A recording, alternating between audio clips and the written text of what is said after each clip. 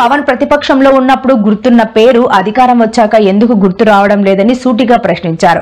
సుగాలి ప్రీతికి నమ్మకం ద్రోహం పేరుతో విజయవాడలో సుగాలి పార్వతి మీడియా సమావేశం ఏర్పాటు చేశారు.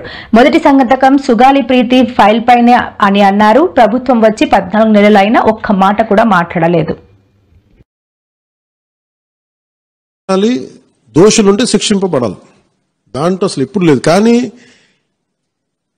ఇలా ఒత్తిడి పెట్టాల్సిన వారికి కూడా నా విన్నపం ఏంటంటే, మీరు అసలు ఈ కేసు ఎవరి వల్ల బయటకు వచ్చింది మీరు చెప్పండి.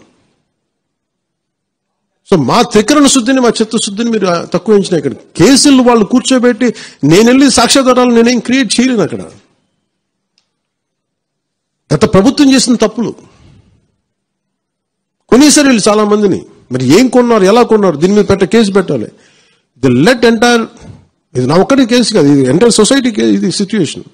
మీరందరూ కూర్చొని ఒకసారి మన ఎమ్మెల్యే అన్నగారిని మేము గెలిచిన తర్వాత 3 నెలలకు అతి కష్టం మీద వెళ్లి మేమే ఒక్కసారి వెళ్లి కలవడం జరిగింది. నన్ను పలు విషయాల్లో మరి సుగాలి ప్రీతి అమ్మగారే నాకు హీరో అని చెప్పారు. శ్రీకాంత్ అయిన జీవిత ఖైదీకి పెరోల్ ఇచ్చే విషయంలో చాలా బిజీగా ఉన్నారు.